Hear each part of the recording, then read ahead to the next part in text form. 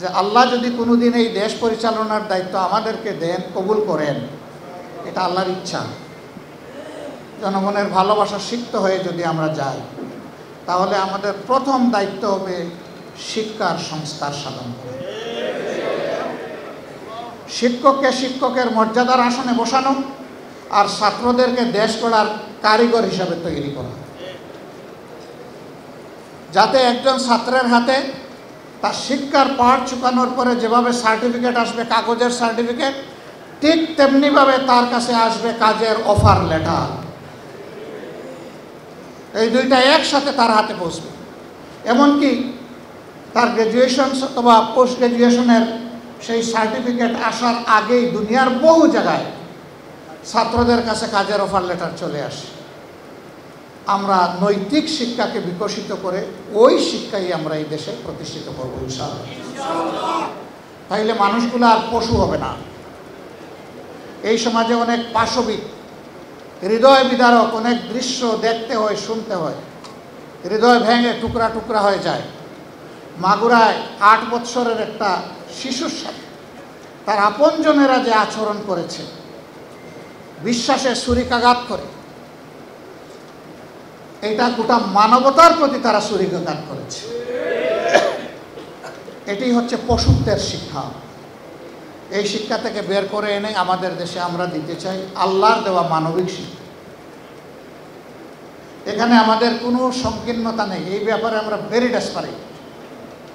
91 ভাগ মুসলমানের দেশে অবশ্যই শিক্ষা হতে হবে ধর্মের ভিত্তিকে এবং চেতনাকে ধারণ করে। এর বাইরে কোনো শিক্ষা মানুষকে মানুষ বানাতে পারবে না, দেশপ্রেমিক দায়িত্বশীল নাগরিক হিসাবে তৈরি করতে পারবে না, যা এখন প্রমাণিত সত্য।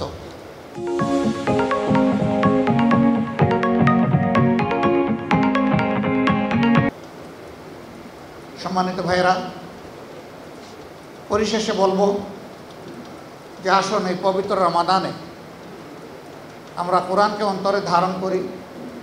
মহাসাগর কোরআনের ভিতরে এই সকল ছোট ছোট সাগর ঢুকে আছে। এটি হচ্ছে জ্ঞানের মহাসাগর।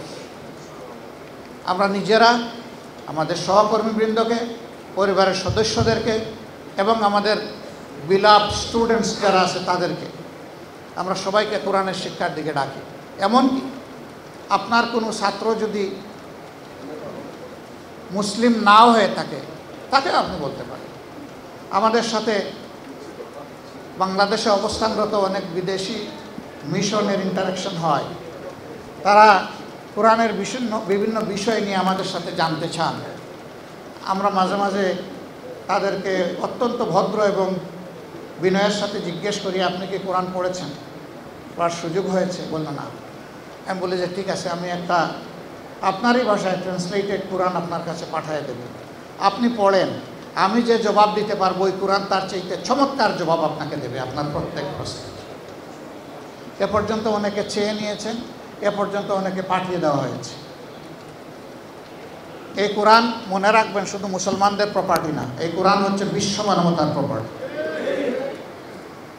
যে আয়াত দিয়ে কোরআন নাজিলের সুসংবাদ পাঠানো হয়েছে সেই আয়াতেই কথাটা বলা আছে, শাহরু রমাদানাল্লাযী উনজিলা ফীহিল কুরআন হুদাল লিন্নাস। সমস্ত মানব জাতির পথ প্রদর্শক, বলা হয়নি হুদাল লিল মুমিনিন। এই বেসিক আয়াতটি হচ্ছে হুদাল লিন্নাস। অতএব এই কোরআনের উপর সকলের হক আছে। এটা যেন আমরা বেড়া দিয়ে আটকে না রাখি, এটাকে উন্মুক্ত করে দিতে হবে। এখান থেকে মণিমুক্তা যারা লাভ করতে চায় তারা করবে। ওয়েস্টে আজকে যারা ইসলামকে গ্রহণ করছে আপনার আমার মুখের কথা শুনে নয়, তারা কোরআনের কথা শুনে, কোরআনের সাথে বন্ধুত্ব সৃষ্টি করে তারা সেটা করছে। এমনকি অনেক গবেষক কোরআনের কোথায় কোথায় ভুল আছে এইটা ধরতে গিয়ে নিজেই কাবু হয়ে গেছে। ভুল তিনি কোথাও খুঁজে পাননি, পাবেন না তো।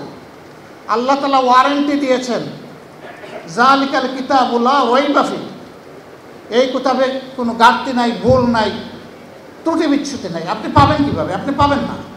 এটি আল্লাহর কিতাব এবং অবিকল, অপরিবর্তিত। কিয়ামত পর্যন্ত আল্লাহ তাআলা এইভাবেই কোরআনকে হেফাজত করবেন ইনশাআল্লাহ।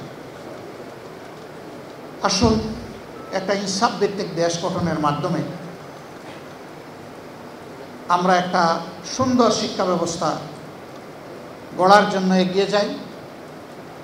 এবং মহান শিক্ষকদের এই দুর্দশাই জাতিকে আর যাতে দেখতে না হয়, তারা মজলুম হয়ে দাঁড়ে দাঁড়ে ঘুরছেন, এটার অবসান হোক আন্তরিকভাবে কামনা করি। এবং আপনাদের দাবির পক্ষে আমাদের অবস্থান সুস্পষ্ট, আমরা আছি, ইনশাল্লাহ আমরা থাকবো। আল্লাহ হাফিজ। বাংলাদেশ জিন্দাবাদ। আসসালামু আলাইকুম ওয়া রাহমাতুল্লাহ।